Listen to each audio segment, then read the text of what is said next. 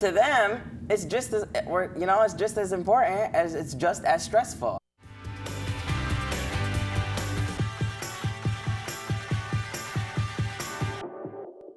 I think a lot of times people get overstressed because they get overwhelmed. Yeah. Like, it's so, when you have so many things to do, it's so easy to get overwhelmed.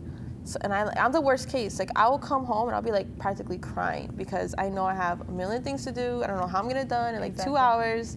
So like literally, I'll take, like I have a mirror, I have a full-length mirror, and I will write down everything I have to do and the due date on it. And I'll like big and I can organize it. And then as I get done, I just wipe everything off. That and like, helps. that's how organization is just being a organized. key. Organization is a key. Because sometimes in your head, when you're thinking about everything, it's so much more in your head than when you write it down. Because I wrote down stuff before, and I'm like, hey, I only have 3 things to do. In my head, it was so much. Yeah, I've done it before. That's happened to me. Yeah. I've learned from my mistakes. And one thing I've learned is to learn to say no to something. You know, that's one of the hardest things. Like, if somebody, you go out of your way, or somebody asks you to do something, you really don't want to do it, and you go, okay. And then you think back and go, I wish I didn't do it. Yeah. I wish I didn't have to. And then you're like, okay, well, one thing you have to learn is to say no. And that's one thing I've learned. And that's how you can avoid being stressed.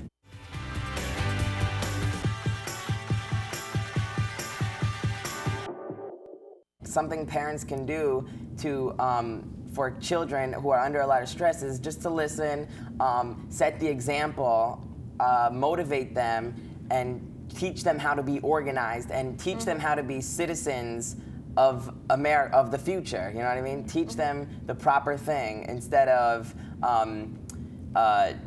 compensating for little mistakes.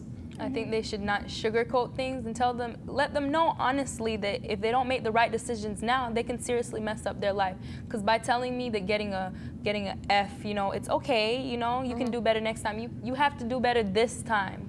That determines, basically what you're gonna be. It shows your worth ethic on the grades that you get. Yeah, but I think that puts a lot more stress on. I think so too. It does. It does at the same time, but you don't want to lie to your kids and tell them it's not going to affect you when it will, because later you're gonna, you're gonna be like, well, my parent didn't tell me. Yeah, I think parents should let them learn themselves. Yeah, let them learn themselves, but do it in the right tell way. them what's more important and what's less important, because teenagers tend to stress about less important things when really what the parents should guide them to tell them what they should be stressing about, so that they're less stressful about less important things. And I think parents need to be understanding about the stress, because a lot of parents don't understand that the stress is a lot to us. It may not be a lot to you, but to us, it's like it's taking over us. Yeah, don't underestimate us. And the pressure we're under. I think they should give examples when they tell you not to do something and how it affected their lives. Another thing with parents, you can love your child in a way that might not seem like the materialistic word love. You can say they're having trouble paying their cell phone bill. Say they have a teenager who's 18 and has a job and can't pay their cell phone bill. If you're a parent, by paying his bills, that's not teaching love and responsibility. It may seem like, since I'm gonna let him work for his money, that I'm afraid he's not gonna like me, and I'm afraid he might think I don't love him. But really, your job as a parent all throughout life, whether your child is 26 or 10, you have to teach them and keep motivating and setting the example. And there's different types of love. I think that parents the only way a kid can grow is to deal with that stress and see that they themselves can move on with it. I don't think it's the parent's job to just take it away, say, okay, I'm taking your stress away from you. Parents shouldn't do that. They should guide them. Then they're gonna, exactly. Then they're gonna have problems in the future. I would think a way to cope with stress is just when you're very overwhelmed with something, just plan a day where you don't have to worry about anything. If you're a girl, go to Publix, get a pint of Ben & Jerry's and watch a chick flick. It works. Or guys get together with a bunch of your friends and go hang out, go do something that you normally would do to get your mind off of things, just so you know that you can still you know, be a kid, because you can't just expect to do everything all at once, Yeah. and you still have to, you know, have fun. Not even like a whole day, maybe just an hour a day. Yeah. Exactly. An hour a day, just let yourself relax. Just don't worry about anything. Don't worry about schoolwork. Just don't worry about anything. Just take that time to relax. Relax your mind. Yeah, exactly. Meditate. Or even going to bed earlier. Listen to music.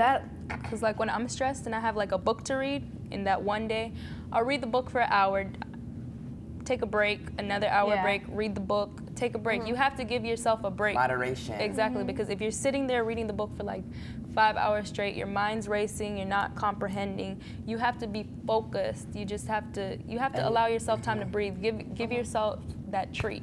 And the only way you can focus is by taking little breaks like that. And do something you keeping like. your mind.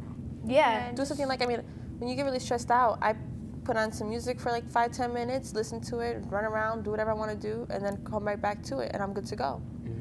You have You to be. relax your mind, and now you're back focused Because again. I think, like, if you have nothing to look forward to, like, well, if I get so much of this done, you know, I can do this. If you just say, well, no, I can't do anything, I have to work, it's just going to make matters worse, and you're not going to want to do any of it. You just Yeah. have to kind of have something to look forward to, where it's like, well, I know I have to get this done, but, you know, at